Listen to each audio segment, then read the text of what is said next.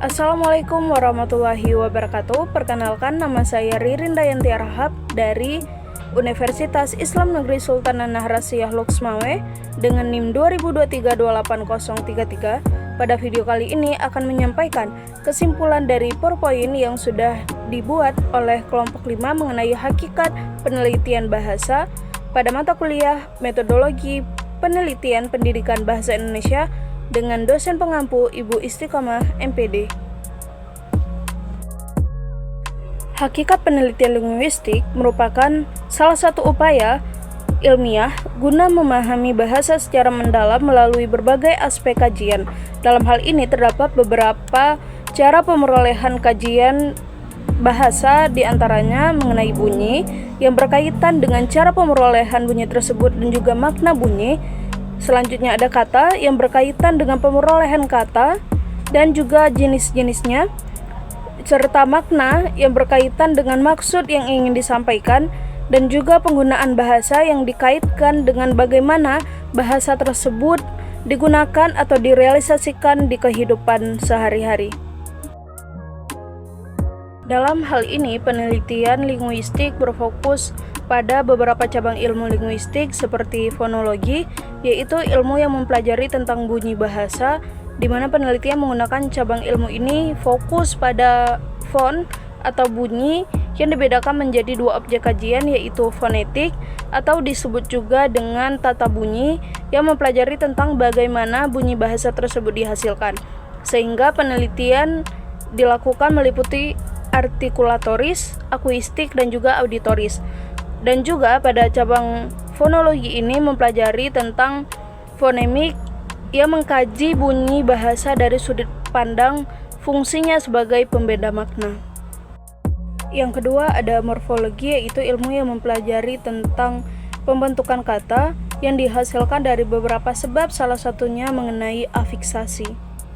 Yang ketiga mengenai sintaksis, yaitu ilmu yang mempelajari tentang unsur bahasa untuk membentuk kalimat yang bermakna. Dalam hal ini, peneliti dapat melakukan penelitian terhadap wacana atau struktur kalimat. Sehingga hal-hal yang dapat menjadi objek kajian yang pertama mengenai frasa, yaitu kata yang dihasilkan dari kata non-predikatif. Yang kedua mengenai kata, yaitu satuan gramatikal yang berupa kelompok kata dan sekurang-kurangnya memiliki sebuah predikat dan berpotensi untuk menjadi sebuah kalimat. Dan yang terakhir mengenai kalimat, yaitu satuan bahasa yang secara relatif berdiri sendiri dan sekurang-kurangnya memiliki sebuah subjek dan predikat. Yang keempat mengenai semantik, yaitu ilmu yang mempelajari tentang makna bahasa dengan objek kajiannya seperti hubungan makna dan frasa, makna kalimat, hubungan antara kata, atau relasi makna berupa antonim, sinonim, hiponim, dan hipernim, dan juga mengenai makna dalam konteks. Yang kelima mengenai pragmatik, yaitu cabang ilmu linguistik yang mempelajari tentang makna bahasa yang digunakan oleh penutur dan petutur di kehidupan nyata. Terdapat 3 fokus kajian, yaitu preposisi, yaitu praduga, selanjutnya implikatur, yaitu hal yang ingin disampaikan, dan juga entailment mengenai hubungan pernyataan satu dengan pernyataan dua yang selaras. Yang keenam mengenai sosiolinguistik, yaitu ilmu yang mempelajari tentang hubungan antara bahasa dengan kehidupan masyarakat. Pada cabang ilmu ini, peneliti dapat mengkaji mengenai variasi bahasa, konteks sosial, bilingual, dan juga multilingual, dan juga terdapat beberapa aspek yang bisa dikaji oleh peneliti yang berhubungan dengan kehidupan di masyarakat.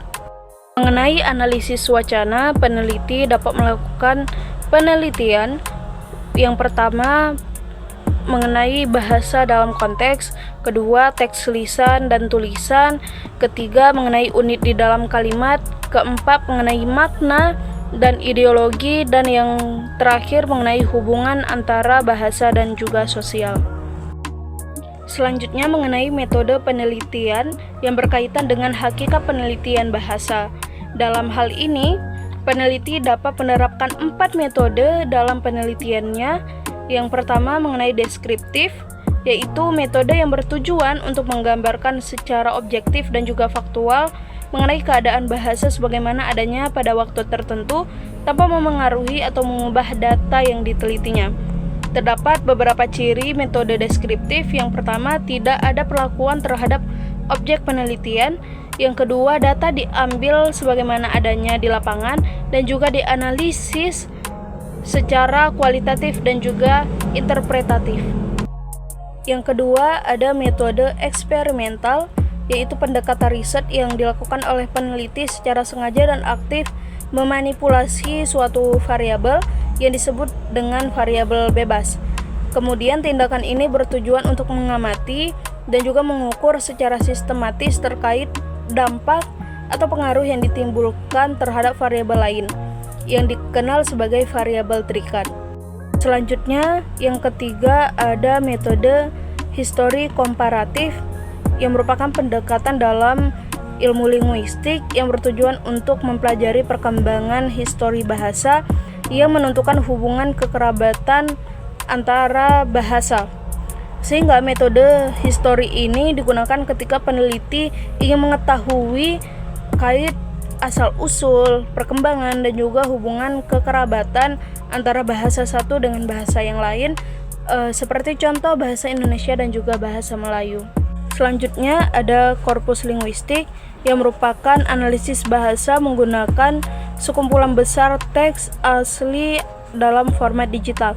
Pendekatan ini sangat berguna dalam linguistik deskriptif dan terapan karena mampu menjamin bahwa metode data bahasa yang digunakan objektif dan berasal dari kehidupan nyata. Terdapat beberapa ciri metode korpus ini. Yang pertama, data berupa teks digital dalam jumlah yang besar.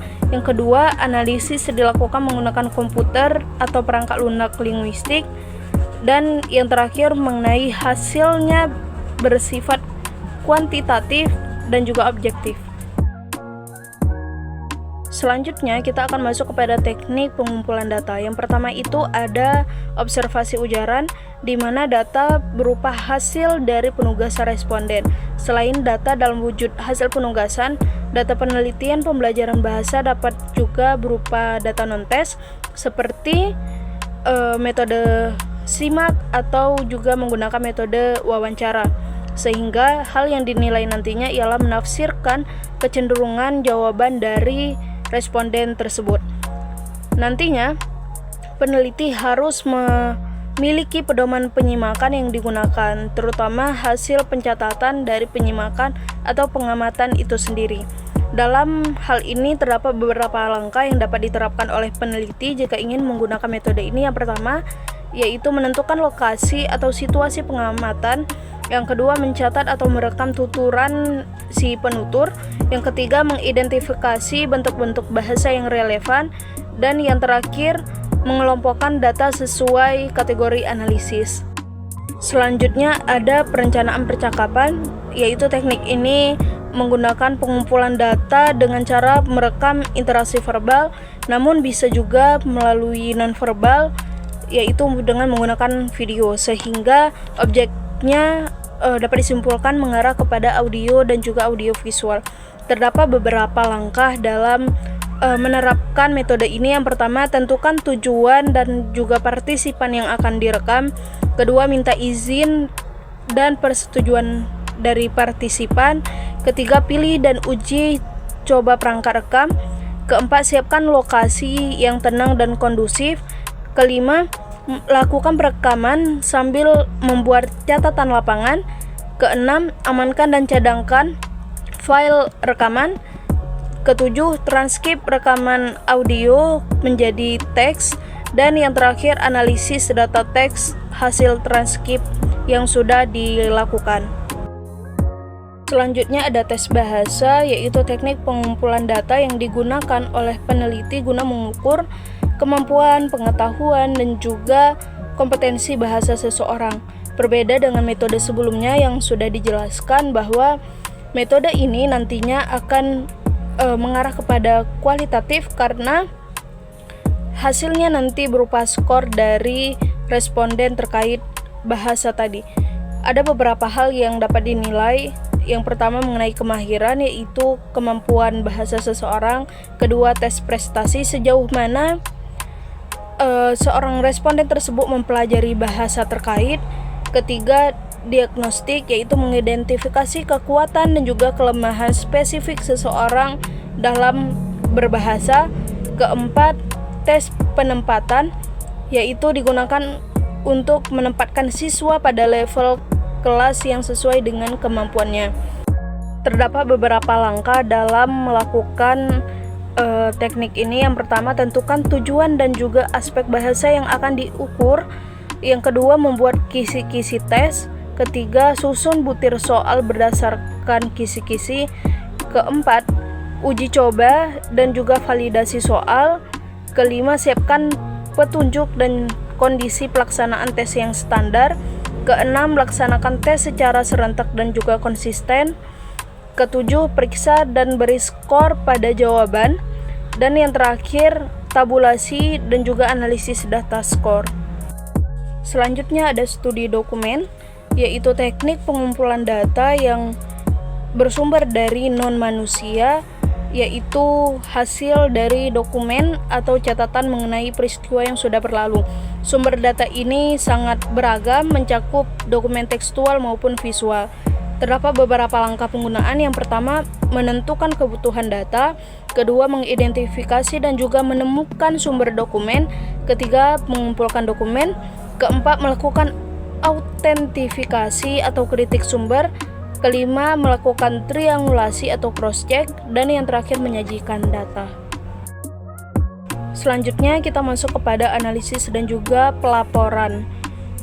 Jadi, analisis dalam kebahasaan dilakukan sesuai dengan bidang linguistik yang menjadi fokus penelitian. Penelitian juga dapat diarahkan kepada bidang sosiolinguistik, psikolinguistik, atau analisis wacana.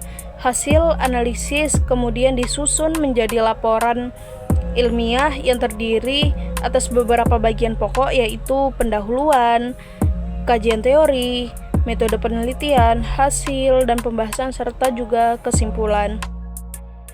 Jadi, kesimpulan yang dapat diambil dari penjelasan tadi ialah: yang pertama, penelitian bahasa bersifat ilmiah dan juga sistematis karena dilakukan dengan berbagai prosedur yang sudah dijelaskan.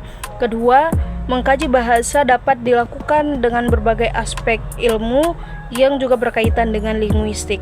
Ketiga, memakai metode sesuai tujuan dan juga objek. Dan yang terakhir ialah hasilnya harus bermanfaat dalam pengembangan ilmu dan juga pembelajaran bahasa serta bagi masyarakat sekitar. Sekian dari saya, terima kasih. Assalamualaikum warahmatullahi wabarakatuh.